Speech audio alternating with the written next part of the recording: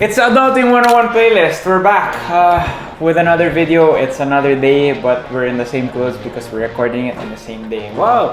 So yeah, for those of you guys who don't know, I'm shifting my content around, making it more adulting friendly, like college and young professional people, because that's what I'm going through. I want to add value to your lives with the things that I learn every day. I'm learning a lot from Justine now. She's my longtime friend who is running the blog called The Warrior Collective, but soon to be called The Bumpy Career. Depends on the branding and on the time that you watch this video. Yeah. So it's a blog about interning and job hunting for Filipino college students, and I run it to help all of you guys because nobody was helping me when I was in college. Last plug before we start, there are 3 videos in this series, so you can check the other 2. The first one was about what to do after graduating. The one after this one will be about how to land that job through the job interview. So don't subscribe to me because if you want more real advice, you go to her blog. Just kidding, subscribe to me also. Let's go to our notes.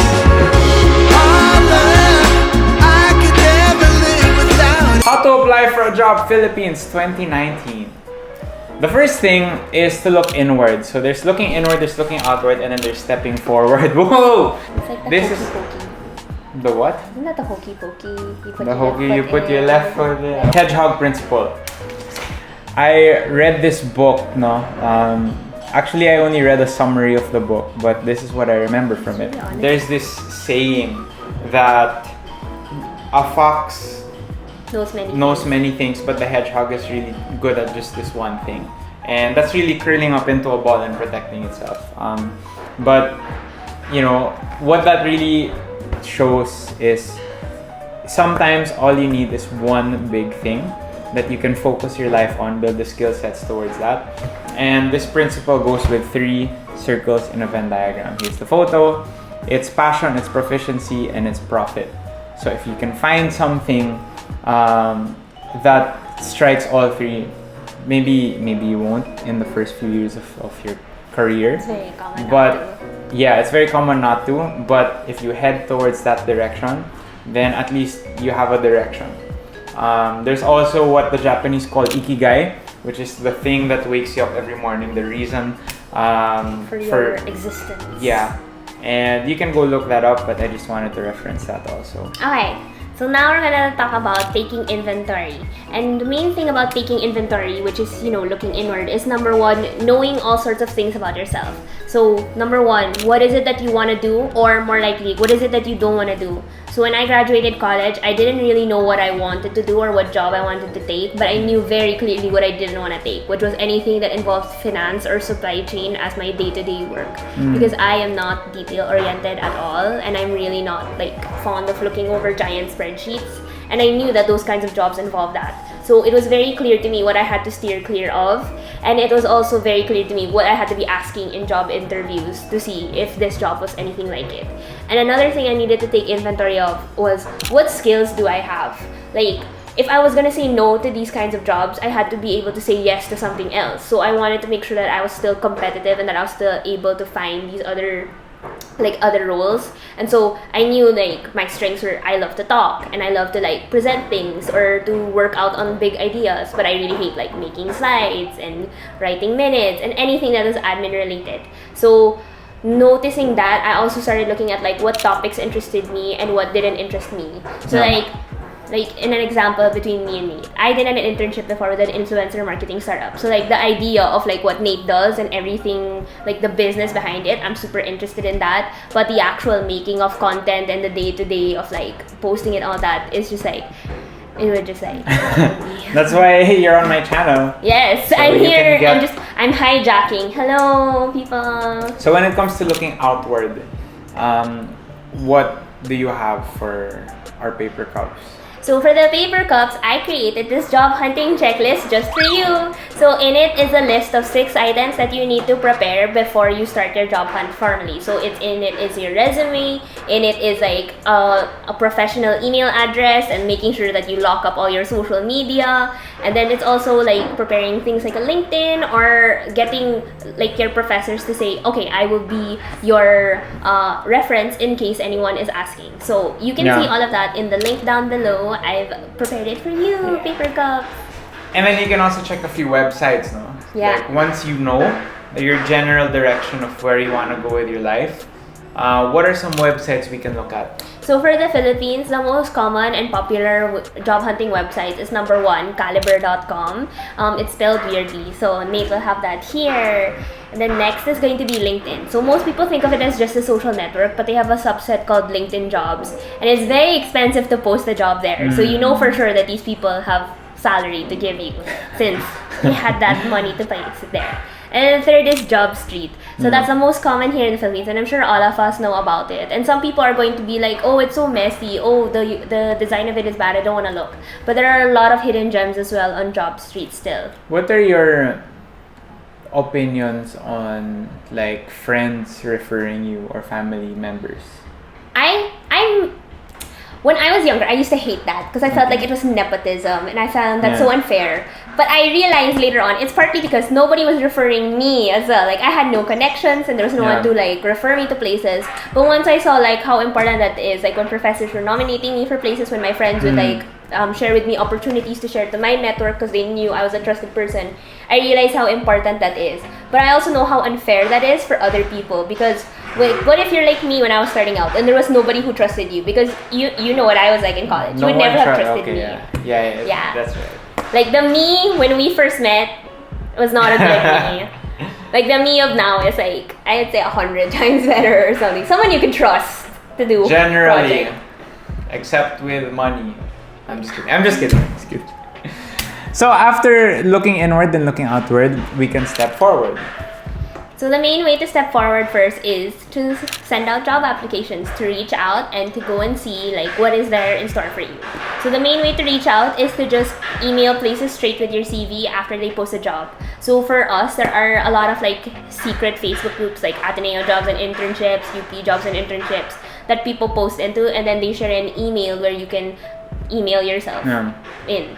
So the main way to deal with this now is that for cover letters, not all places are expecting a whole PDF that has like an actual letter in it. Most places are expecting that your email is your cover letter already, and that's going to be between 100 to 300 words that detail where you saw this job and what makes you the best fit for this job.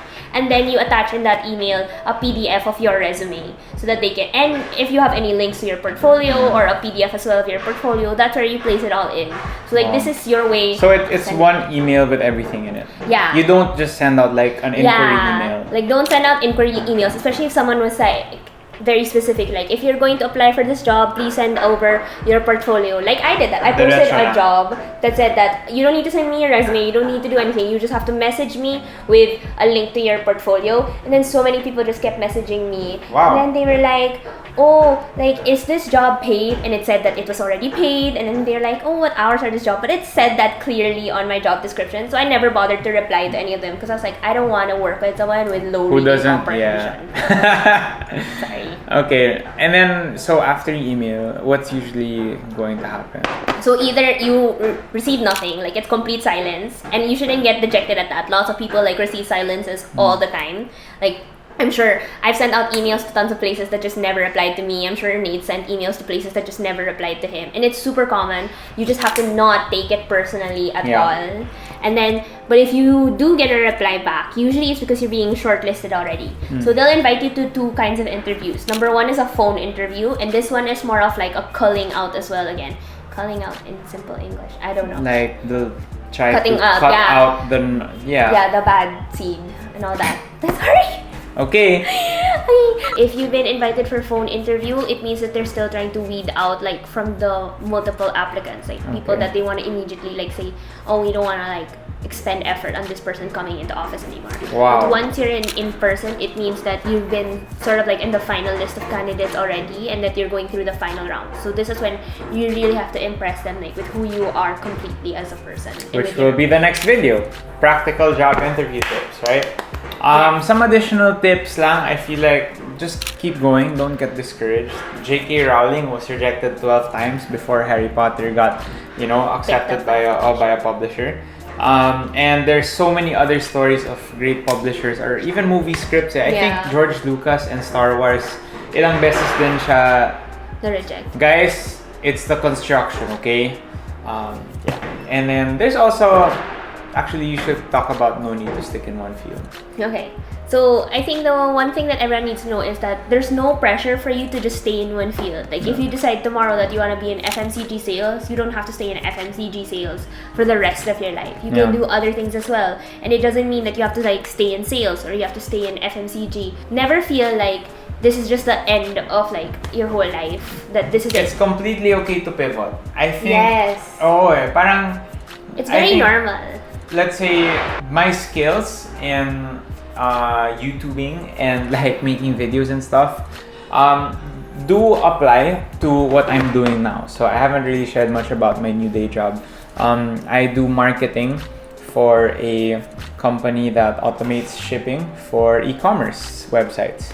And it sounds very like, mumbo jumbo, but a lot of the marketing there, for example, will have to do with analytics and analyzing the traffic on websites, on our brand's websites. And so analytics is something I'm so familiar with because I've been doing that, analyzing. Like I know that 50% of you are above 18 years old, you know what I mean? Or 18 to 35 years old. And so I got all of this information from analytics and I translated it na lang to my next job. And there are always those opportunities where the skill sets you've gotten from your past jobs, even if you're pivoting, let's say you're pivoting completely, there's gonna be something there. Even just the discipline of waking up early to go to work, that's valuable. Yeah, it is. Yeah. Like my background is sales and marketing, and all my internships for my job now is I'm an IT project manager. There you go. Yeah, so like you can just like pivot, take everything that you know and bring it somewhere else. Okay, so Justine's job hunting checklist is right in the description down below. Also, some relevant blog posts. What other relevant blog posts will you have? Syempre, there's what is the difference between a resume and a CV. That's like your most popular blog post. Yes, so that will be down there. And then the second will be in writing a cover letter, especially one in emails. And then the third will be phone interview tips and tricks so that you know what to do. So for those of you guys who are nervous, let us know your story also down below. Again, I read every single comment. So just tell me your story, what insecurities or what problems you might be encountering. Or for those of you guys who already do have a job and want to share a tip to those who are watching that don't have a job yet, please share it. Let's become a community of paper cups, flowing into one another. What? But like we're all helping each other here. Yeah, guys. So thanks for staying till the end of the video. There's another video coming out as soon as I edit it. Good luck, Nate, editing all these videos. Let's seize the carpe diem. Go just check out her blog. I just need to plug that one last time. Let's seize the carpe diem together. Bye, guys.